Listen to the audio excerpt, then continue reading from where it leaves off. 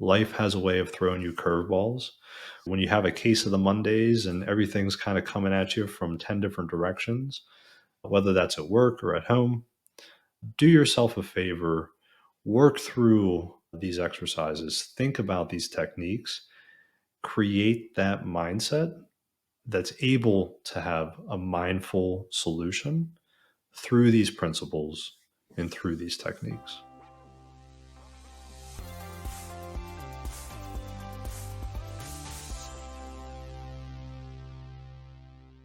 Hello, everyone. Welcome to the Endgame podcast, where I bet you didn't know what you didn't know. I'm Dr. Ryan Wakeham, successful entrepreneur and your Endgame coach, and I'm here to talk to you today about the concept of mindfulness. Mindfulness is critically important, or has been critically important to my success. And if you read through any kind of personal development or leadership novel, book, podcast, listen to it, you'll note that mindfulness, although maybe not explicitly called out that way, is actually a critically important piece of success, or part of the formula for long-term success for many people in many concepts. And so again, welcome to the podcast today. This is the power of mindfulness, how to reduce stress and boost productivity with Dr. Ryan Wakeham. As I said, mindfulness is a critically important piece of the success formula, so to speak.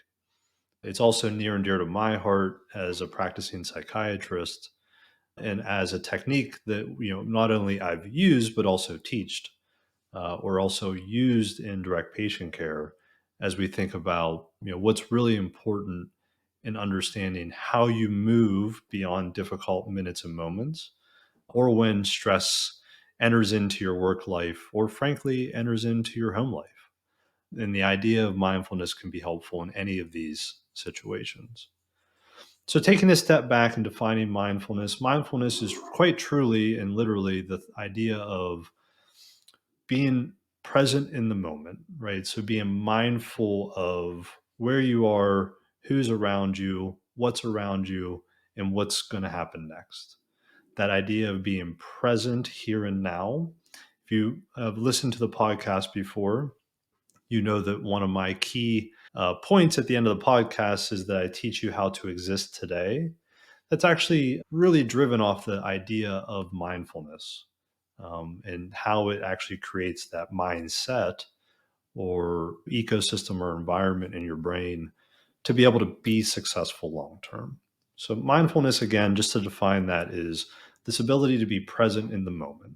There's actually a number of pieces to mindfulness itself. There's a lot of different ways in which you can practice mindfulness. And that's part of what I'm going to explore with you today.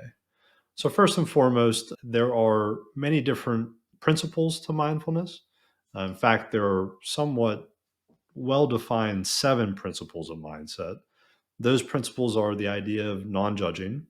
And, again, as a practicing psychiatrist, it's something I've had to use over and over throughout my career, is this idea of meeting the patient where they are. And you would extrapolate that in your business to meeting the customer where they are, right? This idea of non judging in those minutes and moments where there's clearly opportunity to be better. The idea of patience, and obviously this follows on in the idea of customer service or the spirit of hospitality.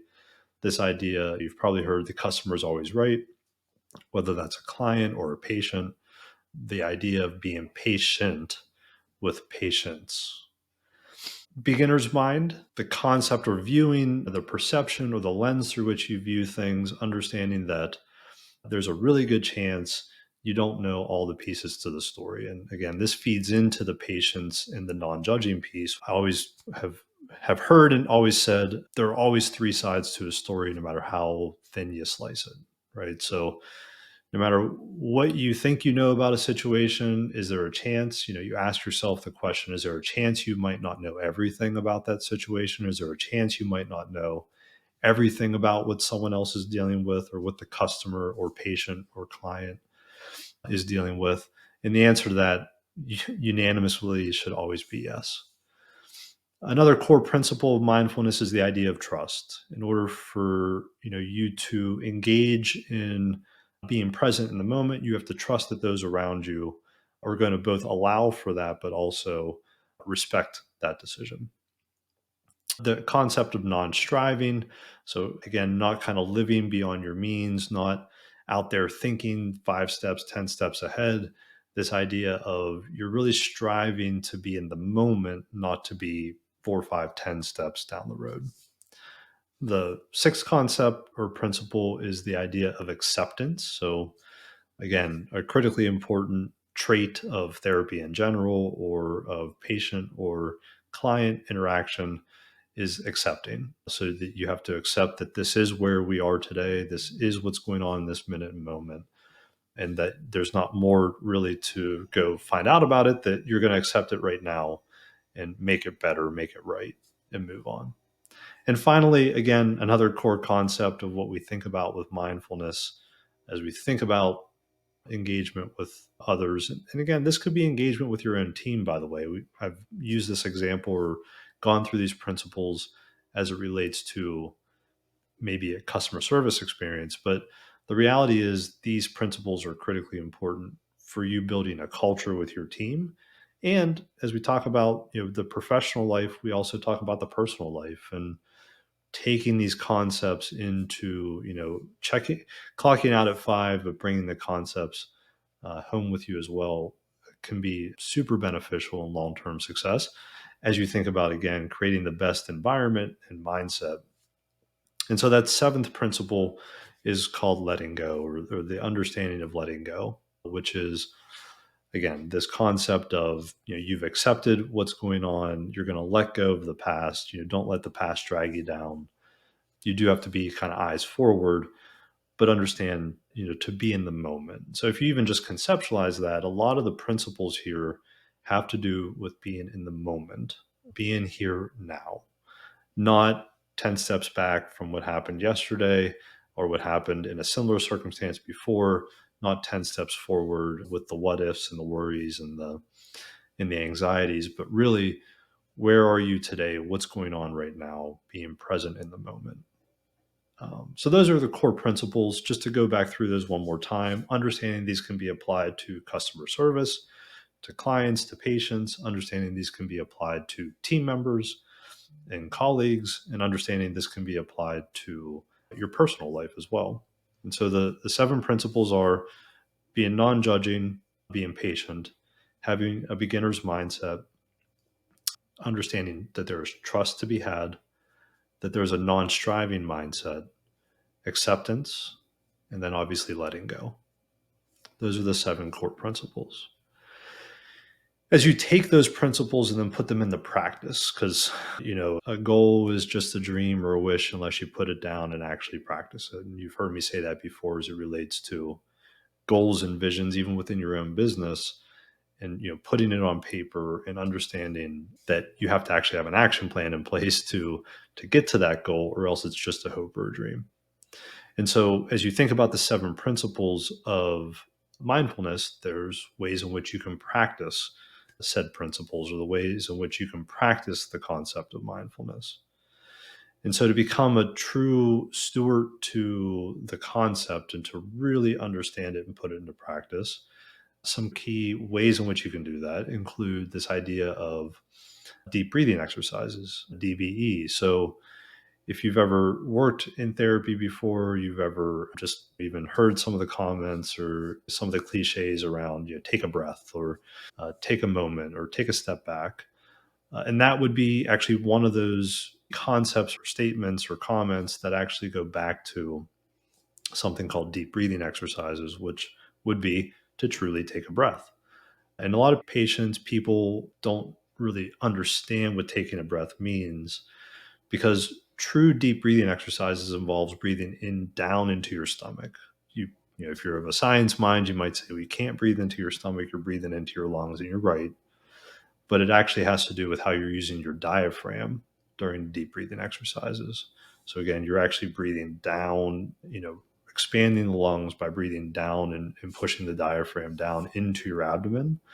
And it's those deep, kind of controlled breathing exercises that really start to create the ecosystem of your body and your mind to be able to calm down, right? So you can actually use deep breathing exercises in panic and anxiety. It's a common technique used to calm severe anxiety or panic attacks, because in doing that, you're able to slow your heart rate, you're able to reduce your blood pressure, and there's this biofeedback loop where as you can calm your heart and calm your blood pressure, you're going to feed less into the fight or flight response and thereby be able to calm yourself.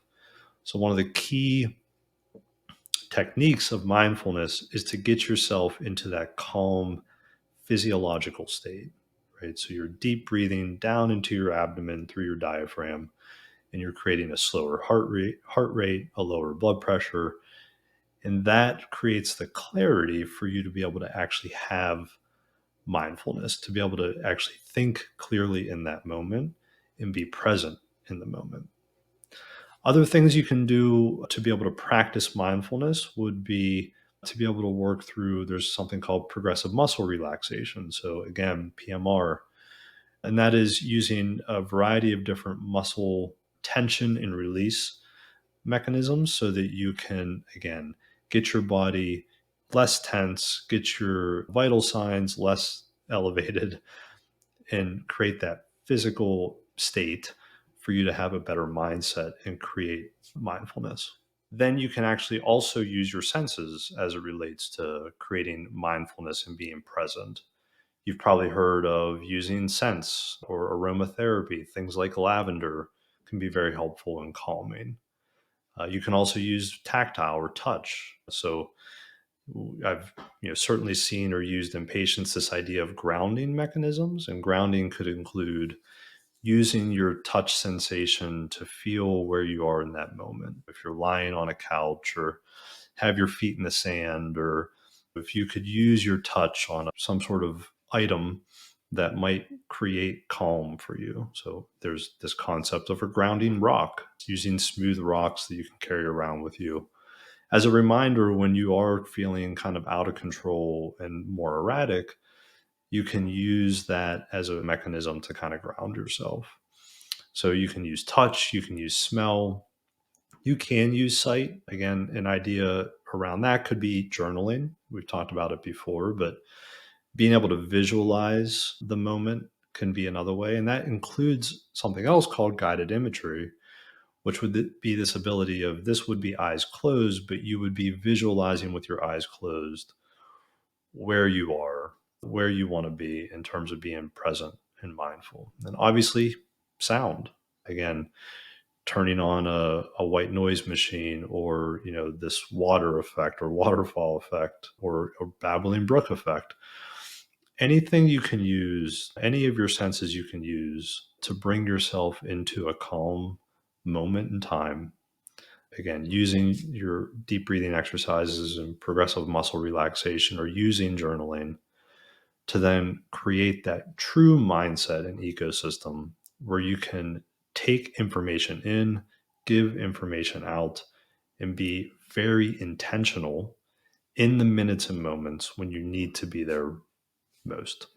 And so some people will start every morning with some mild meditation, a couple of minutes just to, again, set the mindset and the mood for the day. And then often, you might need that at periods, minutes, and moments throughout the day itself. But if you're able to take a breath or breaths, deep breaths down into your abdomen, you're able to use some grounding techniques and senses to put yourself in a calm mindset, then you're better able to think through the complexities of the day. You're better able to tackle a difficult situation or an opportunity that may exist, and frankly, that may come to you at any moment throughout the day. Life has a way of throwing you curveballs. When you have a case of the Mondays and everything's kind of coming at you from 10 different directions, whether that's at work or at home, do yourself a favor, work through these exercises, think about these techniques, create that mindset that's able to have a mindful solution through these principles and through these techniques. I guarantee you that if you can create just a few minutes a day of meditation, mindfulness, peace, you will be far more successful, both at your job or in your entrepreneurial business life. You'll be far more successful with your customers, your clients, your patients. And you'll be far more successful in your own marriage or your own relationships, your family and friends personally. And so, with that, if you like this, I would ask you to subscribe, like, share it. I would, always interested in more feedback and ideas around what individuals might want to hear in the future. But I will leave you today with the idea of using mindfulness techniques, understanding the seven principles, and applying it to yourself, to your business, and to your patients, your customers, to create that ultimate mindset and success that everyone is striving for, both personally and professionally. I'm Dr. Ryan Wakeham, successful entrepreneur and your endgame coach. I'm here to teach you how to exist today mindfully so that you can expand tomorrow and create the ultimate endgame of your wildest desires. Hope you have a wonderful rest of your day and talk to you soon.